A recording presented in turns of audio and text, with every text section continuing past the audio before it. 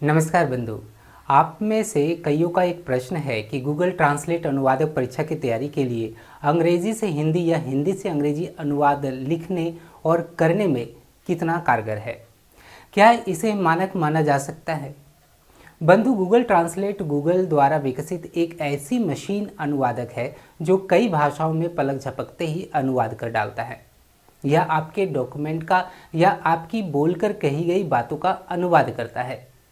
यह गूगल के द्वारा दिया गया एक फ्री सर्विस है, किंतु प्रश्न यह उठता है कि क्या गूगल ट्रांसलेट को अनुवाद सीखने का एक कारगर माध्यम मान सकते हैं?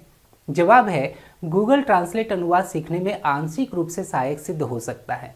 भाषा का मशीनी रूपांतरण होने के कारण यह शाब्दिक अनुवाद पर फोकस ज्यादा करता है, जिसके कारण इसके द्वारा किया गया अनुवाद को सटीक और मानक नहीं माना जा सकता है। हालांकि यह आपके द्वारा किए गए अनुवाद के मूल्यांकन में बहुत हद तक सहायक सिद्ध हो सकता है। आप ऐसा कर सकते हैं कि किसी अनुच्छेद का अनुवाद करें और फिर गूगल ट्रांसलेट द्वारा सभी अनुच्छेद का अनुदित पाठ से तुलना करें और अपने अनुवाद का मूल्यांकन करें। जहां तक का आवश्यक लगे वहां अपने उत्तर अनुवाद के शब्द चयन और वाक्य संरचना में बदलाव लाएं।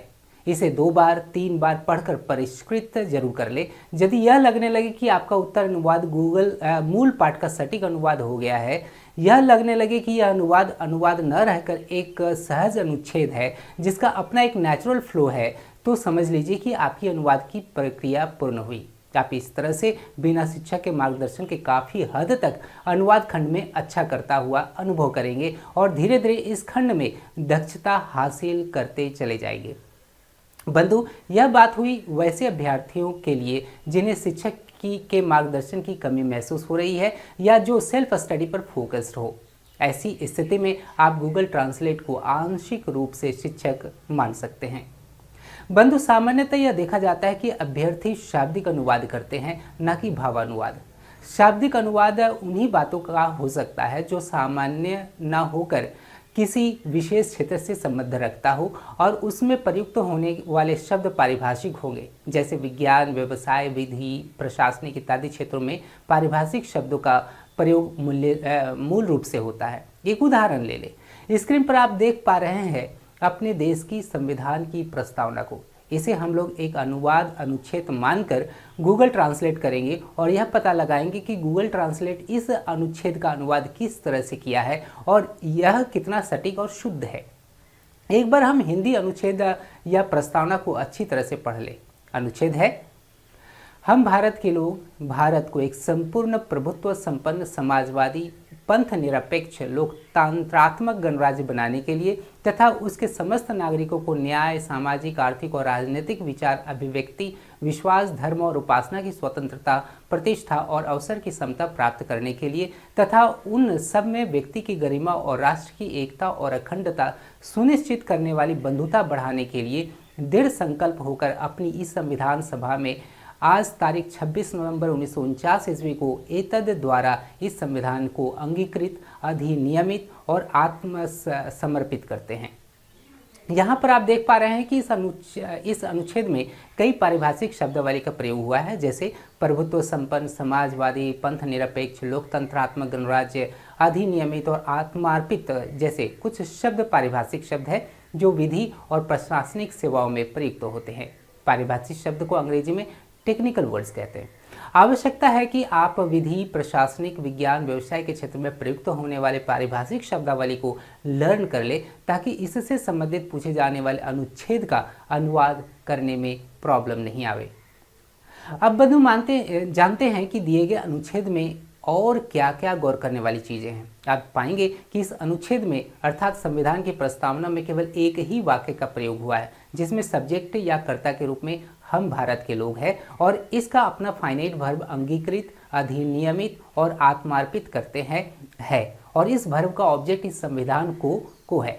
इन तीनों चीज़ों को खोज लेने के बाद अब सब आसान हो जाता है। इस बात का ध्यान रखें कि किसी भी असर्टिव वाक्य की बेसिक वाक्य विन्यास यही होता है, सब्जेक्ट के बाद वर्ब, वर्ब के बाद ऑब्जेक्ट लगाते हैं, जिसे हम लोगों ने खोज लिया है।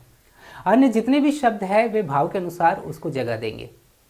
एक छोटा सा विश्लेषण कर लेने के बाद अब बंधु यह जानते हैं कि गूगल ट्रांसलेट किस तरह के दिए गए अनुच्छेद का इस तरह के अनुच्छेद का अनुवाद कैसे किया है। स्क्रीन पर आप गूगल ट्रांसलेट द्वारा किया गया अनुवाद देख पा रहे हैं।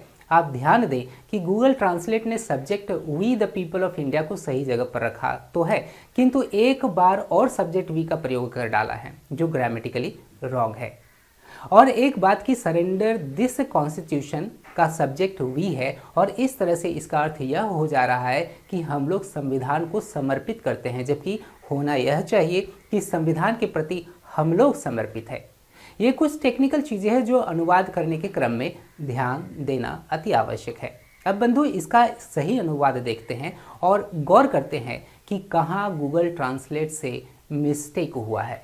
सही अनुवाद होना चाहिए, We, the people of India, having solemnly resolved to constitute India into a sovereign, socialist, secular, democratic republic and to secure to all its citizens justice, social, economic and political, liberty of thought, expression, belief, faith and worship, equality of status and of opportunity, and to promote among them all fraternity, assuring the dignity of the individual and the unity and integrity of the nation. In our Constituent Assembly, this 26th day of November 1949, do hereby adopt, enact and give to ourselves this Constitution.